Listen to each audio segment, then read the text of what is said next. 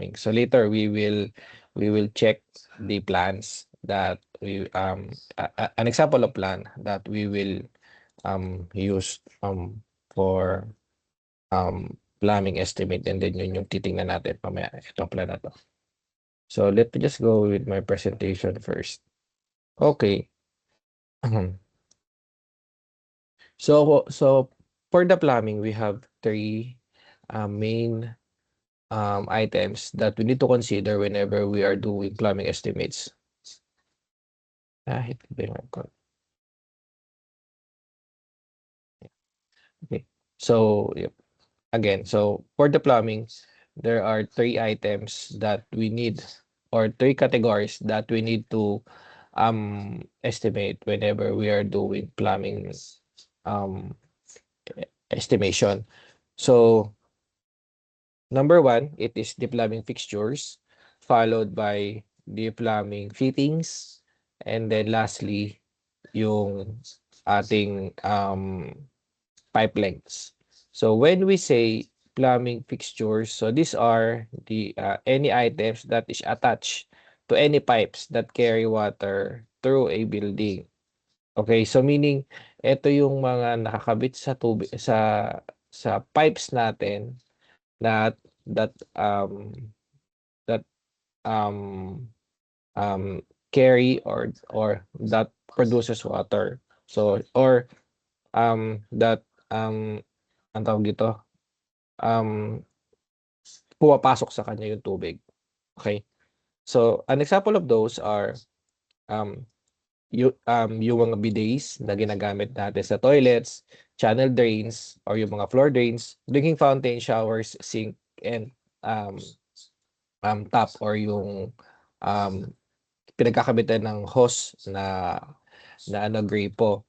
So with this item as for the picture, so basically the approach on how we identify how many papunta tayo sa how much. Okay, so di ba pa nag-estimate tayo ng other materials, we check ilan ba yung material na bibilhin, and then pag alam na natin yung material, i check naman natin magkano naman yung pressure niya sa market para makapag-come up na tayo sa cost. Now, with the fixtures, we just need to compute how many in terms of how many materials. Yun nga. So, kumbaga magbibilang lang tayo manually. So, like for example, pupunta ka doon sa isang or we will check yung isang plan, and then like kung meron tayong 2 CR or yung comfort rooms ng isang bahay, so 'di ba normally ang ginagawa natin, so we will check ilan bang CR to. So pag alam na natin, now i-check naman natin ilan ba yung toilet na gagamitin doon. So kung meron kang dalawang CR, meron kang dalawang toilet. So ang number of toilet mo is 2 pieces. Okay? So with that, yun, for the fixtures, we need to count. Okay? So walang formula, bibilangin lang natin. For example, if I will be going to the plan na example ko, this one.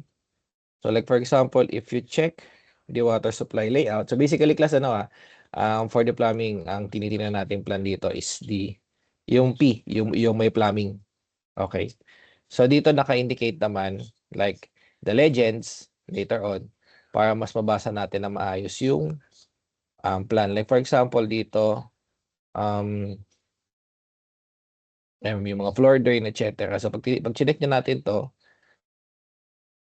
so ayan, kung titingnan natin ano to. Oops. Water supply layout. So let's zoom in. Etong ano ba to, ground floor? Ground floor. So when we check that, titingnan natin ilan bang toilet ang gagamitin sa ground floor. So meron kang dalawa. So dalawang toilet na yung bilang natin dyan. Tapos dalawang lababo sa toilet. Tapos meron kang floor drain. Ayun, yung bilog sa ano. Ayan. Dalawang floor drain. So, pag pumunta ka naman sa second floor, check natin yung second floor. So, kung meron tayong dalawang toilet sa baba, tapos sa taas, so meron ulit tayong dalawa kasi meron tayong 2 toilet and bath doon. So, that will give us 4. And then, for the lavatory, so magiging 4 na din. Ganun din yung floor drain. And then, may shower head pa pala dito, which will give you 2 shower heads. Tingnan nga natin dito kung may shower head. O, dito walang shower head kasi mukhang half bath lang to. So, wala siyang shower head. Pagpasok CR lang talaga. So, basically, with that, by just computing, you have 4 toilets. Okay? Yung mismong kubeta, 2 lababo, shower natin 2, floor drain natin 2. So ganun yung ano natin, approach diyan. And then you will next go to another part of the structure kung saan meron tayong plumbing like yung hose bib and HB. Yung HB, yan yung pinagkakabitan ng gripo. Normally, 'di ba, yung mga bahay dapat may gripo yan sa labas eh. So yun yung pinagkakabitan ng hose bib, kaya siya HB. So when you check this legend, ayan siya HB, hose bib. Okay, now, pero ba't iba itsura ng hose bib doon sa legend? Mukhang valve. Pero anyway, since may nakalagay naman na HB, so that signifies as hose bib. I-check nyo na lang yung mga plans na approved na ginagamit nyo. So meron kang 2 hose bib dito, meron kang 2 pa sa likod, putol pa yung ano. Anyway, yun. So meron kang 4 na hose bib for the structures. Ano yan? Yan yung mga gripo again na nasa labas ng bahay. So check tayo dito. For the itsura niyan. So ano lang, simpleng ganito lang yan na nakakabit sa labas. Okay, yan, hose bib. And then, ang next pa natin tinitingnan dito is yung kitchen. So sa kitchen sink. So isang sink. Tapos yung gripo nung kitchen sink. Ayan. Yung iba sa inyo, merong mga laundry. So yung pinagkakabitan ng hose ng laundry. So that's another thing. Okay? So, yun. With the fixtures, again, binibilang lang siya. So, I think straightforward naman with that one. Do you have any question, class, on how we estimate yung plumbing in terms of fixtures before I proceed with the next part of the slide? Wala? Sige. Sige. I-save nyo muna yung questions nyo kung meron. Okay, or yun. Okay, so let's go with the next part of the slide. Ano pa din to? Ayan. So, part of the common plumbing fixtures, so as I've said, so as part of again nung plumbing pa din natin for the fixtures. So yun, the toilet. So eto mga ano to, mga short descriptions for each fixtures para whenever you check the plan, ma-identify nyo na that item is part of the plumbing fixtures. So, yun. For the toilet and water closets, so ito yung either floor mounted or wall hang for waste disposal, kasama yan. So, yung mga lavatories and sinks, kasama din siya. Which includes the wash basin sa kitchen or yung sink natin sa kitchen, bathroom. So, basically yung lababo in Filipino terminology. Or kung meron tayong mga sink sa mga utility areas. And then, next is faucet. And then, yeah, shower and another one is bathtubs if you have bathtubs naman for your structure. Well, hindi naman kasi lahat, 'di ba, mayroong bathtub. So, bathtub is part of the fixtures. So, also bidets and urinals. So, urinal is an example of a wall hang fixture. And then yun, yung mga drinking fountains again. And then, as part of the key aspects of this fixture, so basically, meron pa kayong mga makikita na part ng plumbing na under siya sa fixture kasi part siya nung fixture. Okay, so pero hindi siya hindi siya pipe like or hindi siya fitting.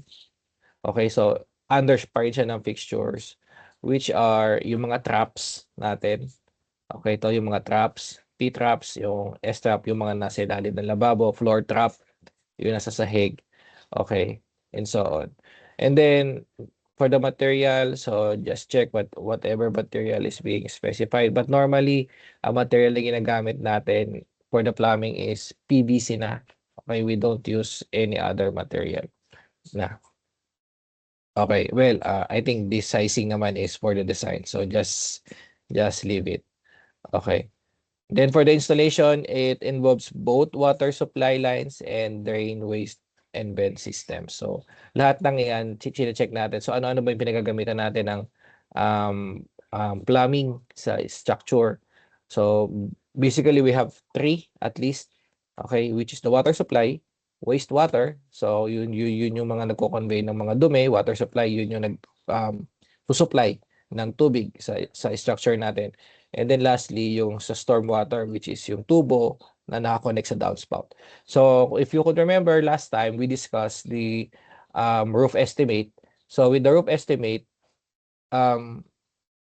nag-stop tayo doon sa estimation ng gutter, di ba? So yung pipe connected from the gutter pababa na doon sa labas ng bahay natin hanggang doon makakonect na siya sa kung saang drainage man. Okay? So yun i-estimate natin siya as part of this plate. Okay? Ano siya in terms of that for that system, ano ba yung plan? For that system, ang titingnan naman natin doon is yung storm. Ito sa storm. So you check it. I-discuss natin mamaya kapag nandun na tayo sa pipe. Okay? But again, basically we have 3, which is the water, wastewater, tsaka sa storm na ginagamitan natin ng plumbing. Okay. Then another thing as part of the fixture is the essential components nga and accessories. So basically yun yung sinasabi ko, meron kayong mga makikita mga item na hindi siya exactly fittings pero part siya ng fittings kasi dahil ano siya part of the component or accessory and with the key aspects, but it's not a pipe and also it is not a fitting. So as an example of those are yun P-traps, S-traps, and then floor traps or yung mga floor drains natin. Now, another component of the fixtures na ginagamit din sa pipe is the fittings, which I have a separate discussion for this one, which includes the elbow stitch and couplings. So later, I will be discussing these fittings pag nandun na tayo sa slide ng fittings. Okay, I hope clear tayo dun klasa na as we estimate ng fixtures, again, binibilang, and then merong mga accessories pa yan, sinasama natin. Kasi pag bumibili tayo, hindi mo siya mabibili ng isang, may nabibili tayo isang set, pero normally, hindi siya nakaset para makapili ka kung anong pipe size ang gusto mo, ano yung gusto mong material, and so on. Kaya kapag bumibili tayo ng ganyan, yun, separated siya. Kahit pa nag-canvas kayo, makikita nyo yung lababo sa Wilcon, for example, ng yung sa pang toilet, yung sa lavatory.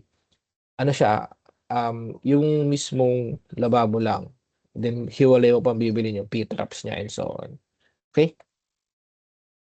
So, ito examples ng plumbing fixtures. So, yung bathtub, lababo, toilet, gripo, kasali din yan, faucets, and so on. Tapos, ito yung mga additional na ano pa, which is yung mga nakakabit doon sa mga fixtures. Like ito yung drain ng lababo. Kasi normally makikita mo na sa lababo pag binibenta, butas lang eh. Wala ito eh. Dahil ito kasi replaceable to, napapalitan to. Tapos ito yung mga floor drains and so on. Okay? Pero itong nasa baba, ano to, fitting to. Ito. Pero, yeah. Okay. So, let's proceed with the next material.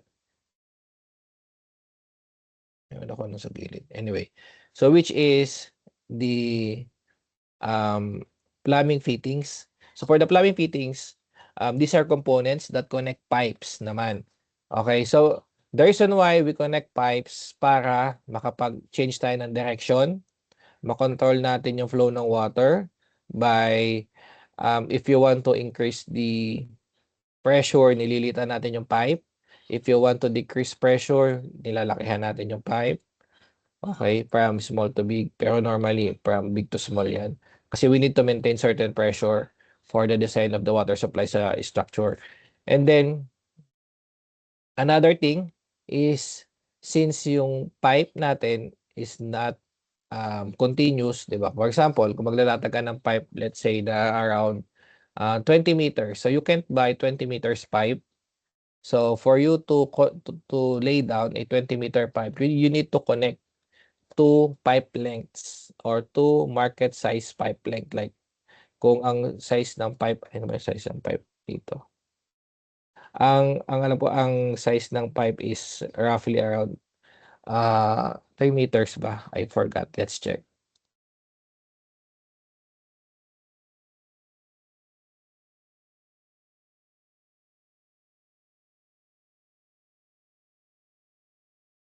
Ayan nga, 3 meters, tama, 3 meters.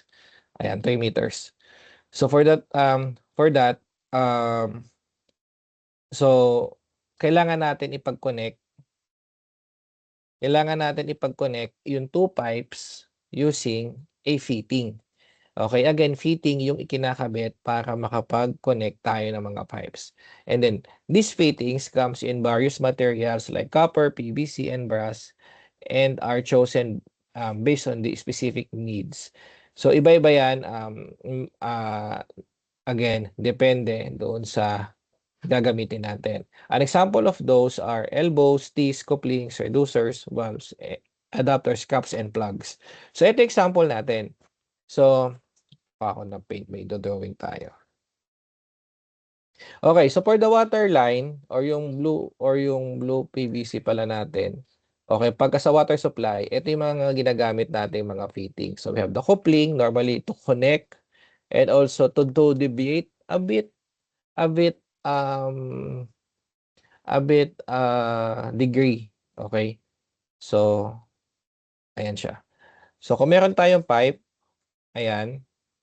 So kapag magko-connect tayo, so maglalagay tayo dito like for example ng coupling, tapos another one. Ayan. Then for the elbow, so we add that kung gusto nating i-bend yung ating pipe. Ayan. Now, and so on. And then meron pa tayo mga other bends na wala dito sa example ko. Yun yung mga pipe na nakaganon. Meron kayong mga makikitang ganyan. Okay. Ano to? Or meron kayong mga makikitang pipe, yung elbow naka 90 degrees. So ang ano kasi niyan, I think meron pang another bend na pipe pero baka wala sa atin. Ano or wala sa Pilipinas kasi the bend of this sorry.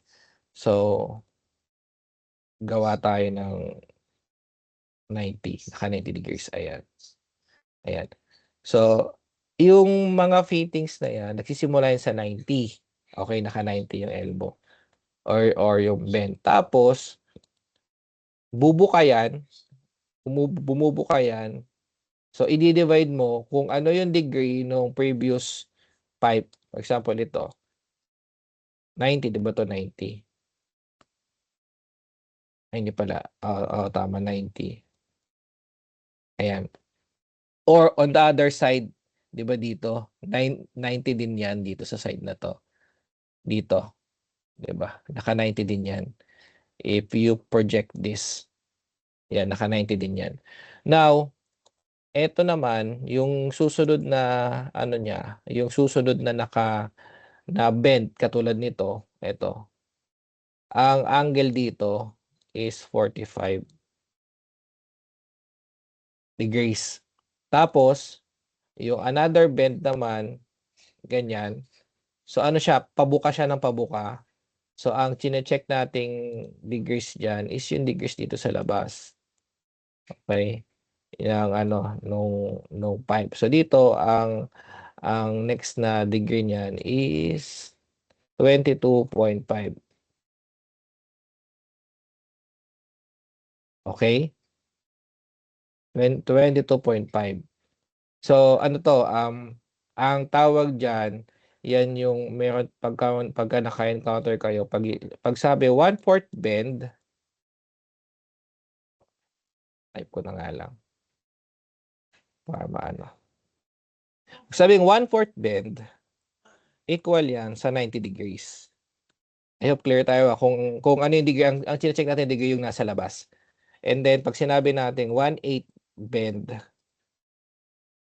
that is 45 degrees. Pag sinabi natin 1/16, so basically, you just divide it, ganun, into 2. Yan. So, this 22.5 degrees. Then, 1/32.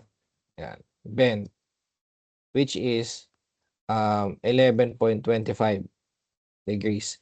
Yung susunod dyan, hindi siya 1/64. Ang tawag dyan, deflection coupling. So, ang purpose kasi, di ba, is para ma-bend natin. So, basically, ang deflection coupling is 5.625 degrees.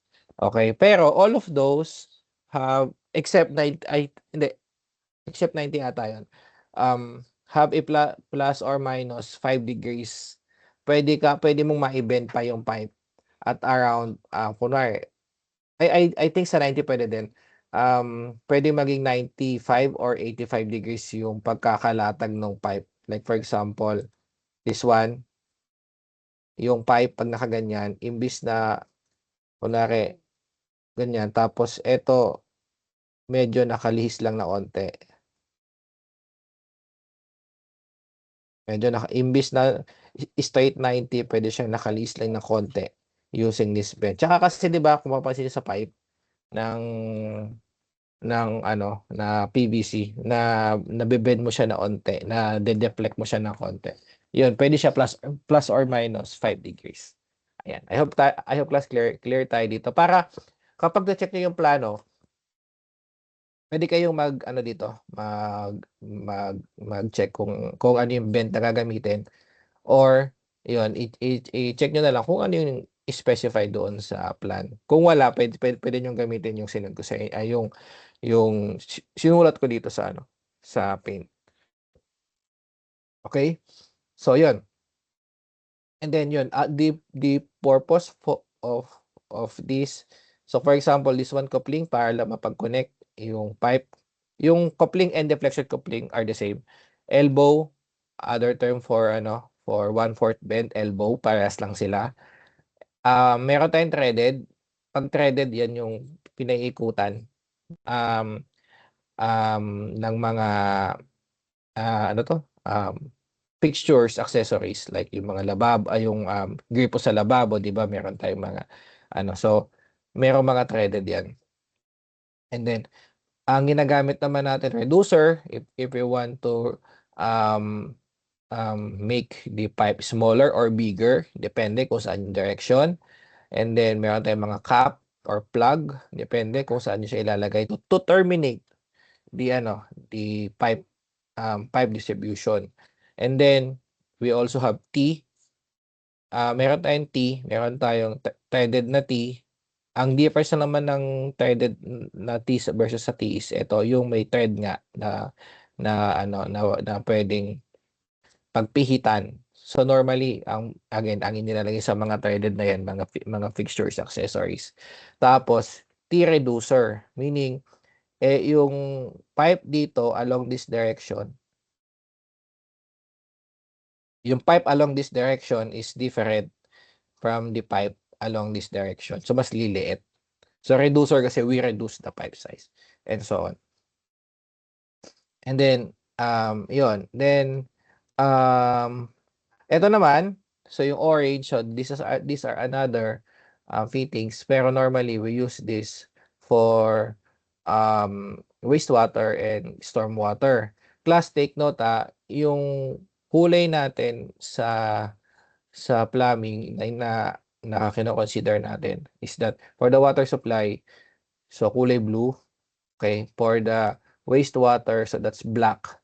For the drain or the stormwater is orange. Kung wala naman, pwede naman gumamit din ng orange sa stormwater. Kaya lang kasi, the reason why we need to use color coding para when we do maintenance and then we come across with a certain pipe, hindi natin alam kung ang laman ba nun is stormwater or wastewater. So we don't want to compromise, lalo na kung wastewater yon. Medyo abala, tsaka mabaho kapag nadali mo yung pipe na yon. Okay, now, so for this, pipe, and ayan, meron pa yung elbow na 1/8, ito 1/4. Ito yung sinasabi ko na ginagamit yung term na 1/4, 1/8. So basically, yun yung pagkaka-divide ng 360 degrees, 'di ba? From 360 you divided sa 1/4 magiging 90 degrees and so on. Okay, so basically parehas lang din naman. Meron tayong elbow, we have coupling, we have T. The difference is we don't have Y sa plumbing na water supply. Ang ginagamit natin is, when you connect line sa water, naka-ano tayo, naka-T, okay? Sa plumbing, sa stormwater, tsaka sa wastewater, okay? So ang gamit natin is Y. Whether vertically or horizontally, Y ang ginagamit. The reason why is that ang flow natin dyan is by gravity. So si wastewater, meron siyang daladalang solids, di ba? So just imagine, for example, kunwari ito yung Y. Sabihin natin muna, wastewater. So same goes with stormwater. Si stormwater basically wala dapat solid. Kung may pumasok man diyang mga solid, mga buto ng halaman, mga dahon na pwedeng sumut diyan dahil may mga ibon siguro na pwedeng dumapo magdala ng ng something doon sa ibabaw ng niyo, bubong niyo doon sa may gutter, or let's say kung yung bubong niyo may puno, so pwede mapunta doon yung mga dahon. So pwede siya magka-solid, kaya dapat ganito siya. Similar with the stormwater. So anong concept? Kapag ang direction nito is this direction, okay, pababa. Okay. Kunwari toilet. Yung solid, sabihin natin yung mga dumi ng tao.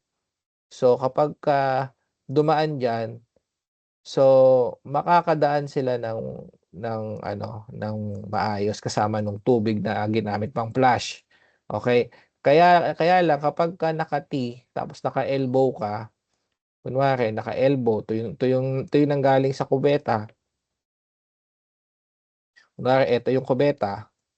Tapos dito ang ginamit mo, bend, elbow.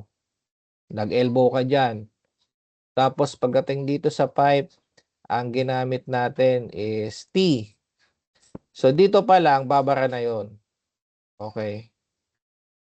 Kasi ang flow ng stormwater and wastewater, both of them are by gravity, as I've said. So bababa lang yan diyan, hindi yan dadaloy sideways. Kaya whenever we lay down stormwater and wastewater, we need to ensure that there is a certain slope. So class, malito ha. So there should be a certain slope. And then ang ginagamit natin sa fittings is at least naka-bend na may degree, hindi siya naka-90 or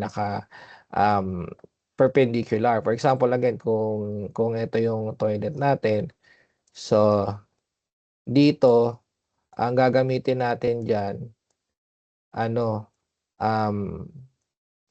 naka-Y tayo, okay? Tapos pagdating doon, magwa-Y ulit tayo. Yan, pag ganyan, pababa. Tas ito, may certain slope yan. I think parang 2% ata yun. Meron niyang certain slope. I forgot. Pero I think na-discuss sa inyo yun sa Engineering Utilities 2 nung tinuro paano compute or mag-design ng ano 'to, ng plumbing, okay? And then ang dulo nito, nakaganyan 'yan, meron tayo diyang cap, end cap. Pero okey lang 'to kasi end cap lang naman 'yan, eh, okey or minsan naka-ano siya, naka-inclined para madaling sundutin. Pero end cap lang naman 'yan, wala namang duming papasok diyan, unlike dito. Okey, para tuloy-tuloy yung takbo ng dumi. Okey, so 'yun. I hope clear tayo dito class, sa mga ano, sa mga, fittings. Okay, please make sure that you are using the correct fittings doon sa ating, ano 'to, item, whether wastewater, water supply, or storm water. And then lastly, for the pipe length, ito yung sinasabi ko sa inyo, um, we just, uh, we just need to get the total length. Ito yung sinasabi ko sa inyo kanina na ito lang yung may formula. You just need to get the total length and then i-divide nyo na sa market length na 3 meters para makuha nyo ilang perasong pipe yung bibilihin nyo. Okay? I think one more thing pa pala nakalimutan ko sabihin sa plumbing fittings. Similar with the fixtures, binibilang din natin yung piraso kung ilan yung ipagko-connect natin. Normally, yung coupling hindi nakalagay kung ilan, pero bilangin nyo. Tingnan nyo kung gaano kahaba yung pipe. Kung titingnan natin yung, saan yung plan ko kanina? Dito, kung titingnan natin to, walang nakalagay na coupling kung saan. Ano lang, naka-indicate yung other item like yung water meter, etong symbol na to, gate valve, meron tayong ano pa, walang nakalagay. Kahit yung bend, hindi nakalagay. So, yun is, i-ano nyo, i-check nyo. Okay, yung mga bending. Ganon din vertically. Vertically, titignan natin yung, ayan, yung water line.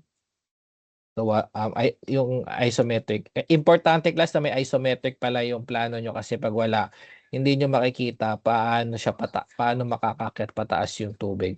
Or else, gagawa nyo na sariling plano.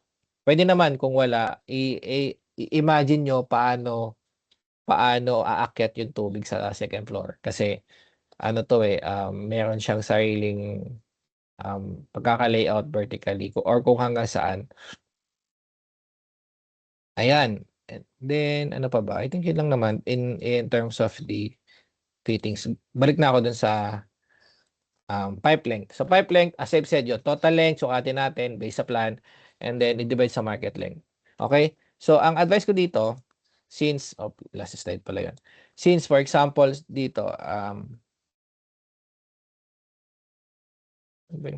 sukat. Okay. Since dito, makikita nyo, from the far end of the property, yung source. So, dito may papasok ng tubo. So, ito ba, kailangan nyo lang i-provide from the source. So, kailangan nyo lang sukatin yung mismong total length nito. Tapos, total length horizontally dito. So, basically, kung ano yung length or kung ano yung dimension ng ating structure, pwede nyo siyang gamiting reference. For example, puntahan natin yung Archiplan kasi doon may sukat. Para dito tong side ng bahay na to, check natin. Ayan. So basically, kung dito, from the end nung property, so that is 5 meters plus another 5 meters plus another 5 meters lang. Ito, wala pala to. So dahil hanggang dito lang, 'di ba? 5 meters, 5 meters plus 5.5. So ibig sabihin, 'di ba, maglalatag tayo ng tubo mula dito papasok. Nandito banda yung water meter based doon sa plan. So meron tayong 10.5 on this side. Tapos dito naman, you have 2.9 tsaka 1.1 which give us 4. So 10.5 plus 4, that is 14.5. Okay? So with that, so yun lang muna yung i-estimate natin sa pipe length. So kung balikan natin yung plano kanina. So sabi dito, okay, mula dito, 'di ba? Hanggang dito, 10.5. Dito naman is 4. 2.9 plus 1.1. So that's 14.5. So kuha lang tayong calcu. So that's 14.5 divided by 3, yung market length. So meron kang 4.83 or 5 pieces na tubo na ikakabit. Okay, so hindi niyo na kailangang class i-subtract pa yung location ng mga host bib, etc. Isang straight nyo na lang kasi kapiraso lang naman yun eh. I-consider nyo na lang as part of the wastage yun. Pero kapiraso lang yun na pag naglagay ka pa ng mga fittings, medyo iiksi pa yung 14.5 na requirement mo ng sukat. Okay, so again, ang gamitin yung reference is yung sa plan. Mayroon kayong ma-encounter na katulad ito, yung putol yung line. Para ngayon pa lang masagot ko na. For example, ito. Kunwari, sinukat nyo to dito hanggang dito, second floor. Di ba hanggang gitna lang siya? Sukatin nyo na lang siya ng buo hanggang dito. Okay, i-consider nyo na lang muna siya as part of the wastage. Then, yun, yun yung gamitin yung reference for the length of this pipe sa side na to. Okay? Tingnan nga natin sa plan ng RK kung ilan yan.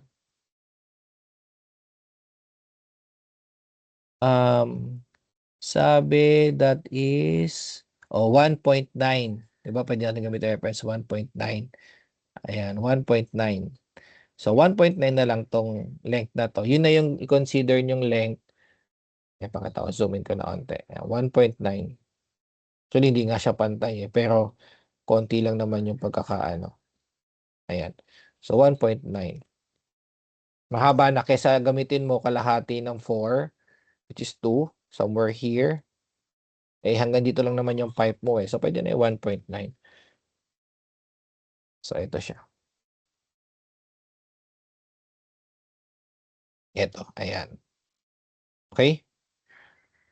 So, hanggang dito lang tayo. So, pwede na tayo dyan. Sa vertical naman, yung mga vertical pipe, okay, ito. Ayan, yung mga naka-vertical. Ang sinasabi ko mga, yung 1.9, ito yun eh. Ito pa lang yun, ito pa lang yun. Meron pa tayong mga patayo. I-check nyo ano yung standard height ng lababo. Okay? I-check nyo sa plumbing kung gaano kataas. Para sa notes, hanapin nyo na lang sa notes. May standard yan kung gaano kataas yung, ito. Detail, nasa detail naman, yung mga pa-vertical for reference. Yan. Hindi nakalagay kung ilan. Pero yan, hanapin nyo na lang class sa plan nyo kung gaano kataas yung pipe. If not, i-check nyo lang sa pagkakulang yung information pero dapat kompleto Pagkakulang information in terms of the vertical, walang dimension. Check nyo na lang yung standard height ng like for example ng lababo. Normally yung standard height ng lababo, ganun din naman kataas yung pipe. Okay? So yun yung titingnan nyo. Okay? Ano pa ba? I think that's it for the plumbing natin. Itong and then ito yung mga septic tank. I think hindi ko to napasama 'di ba sa masonry. Kasama to. Ang formula na gagamitin niyo dito for the septic tank is sa masonry. Kung masonry yung yung klase. Pero I think there are septic tanks that are precast or there are septic tank that are ano to? Hindi precast yung parang prefab na na precast na septic tank yung para siyang PVC ba or HDPE na material. Septic tank, PVC ba nga to? Ito, yan. Ito yung sinasabi ko mga septic tank. Pag ganito yung septic tank na nakita nyo sa plan, well, kukostingan nyo na lang yan. Pag ganyan yung plano ng septic tank nyo. Pagka gagawin katulad nito, mano-mano. So, kung may concrete sa ibabaw, estimate yun ng pang-concrete dahil may rebars. Tapos, floor nito concrete bago siya magsi-CHB, wall, and so on. Pati yung mga piping nung ano, and so on. Okay, so again, lahat ng yan kasama sa i-estimate natin. Basta may kinalaman sa plumbing. Okay? Sige, balikan ko lang naman yung other items. So, kanina water supply yon. So, doon tayo sa sanitary. Ganun din sa sanitary in terms of the pipe length, horizontal and vertical. So, wala siya pinagkaiba. Ang importante lang dyan is paghihiwalayin nyo din yung mga pipe sizes, class. Balik mo na ako sa water. Sa water, naka-indicate dito anong diameter ng pipe.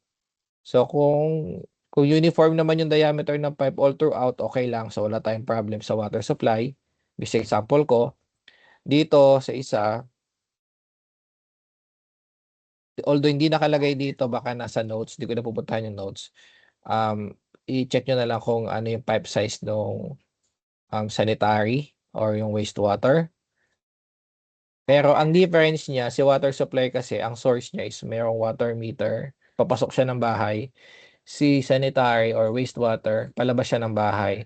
So, from the fixtures, ang connection niya, pipe, papunta sa septic tank. Okay? Then, tingnan na natin sa kabila. Okay, wala. Pipe lang din dito. Then, for the storm naman, si storm, ito naman yung vertically. Ito yung mga downspout. Tubig ulan. Ito yung mga pipe sa labas naman to ng bahay. Wala to sa loob. Vertical lang yan. So, ang kailangan din ng reference is yung for the vertical of these three are yung elevations and cross-section ng structure para malaman nyo yung height ng downspout and so on. Tsaka ng mga pipes ng sanitary and water supply.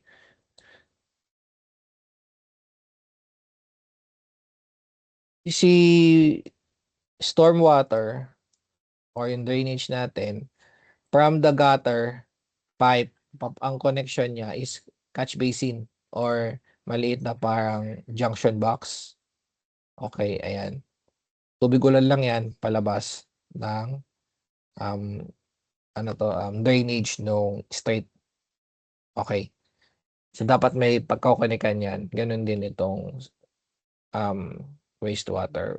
Well, sa Philippines, yung connection of the septic tank tsaka nitong mga catch basins na to is nakakonect lang yan sa isang drainage line ng kalsada. Kaya mabaho yung ano natin kasi combined system tayo dito sa Pilipinas. Okay. Ayan. Again, class, for the vertical, pag chinek yung water supply, sanitary, tsaka itong storm, for the vertical heights niyan, just check the cross-section or the elevation ng structure na ng plan na merong height dimensions. Ayun nga itong pinakita ko sa inyo kanina for your reference. Ito.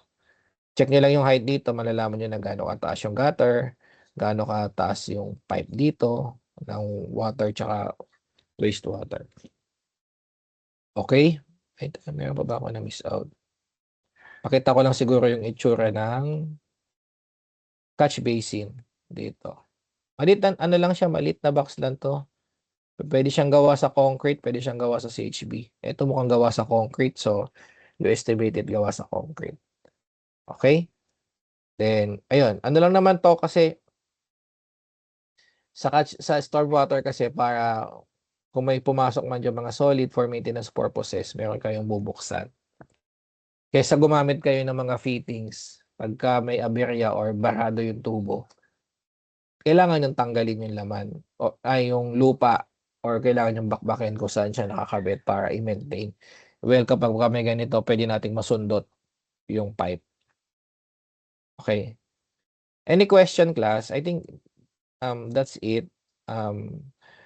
Yung aking lecture. May question? Wala? So class ano, teka i-stop ko muna yung ano.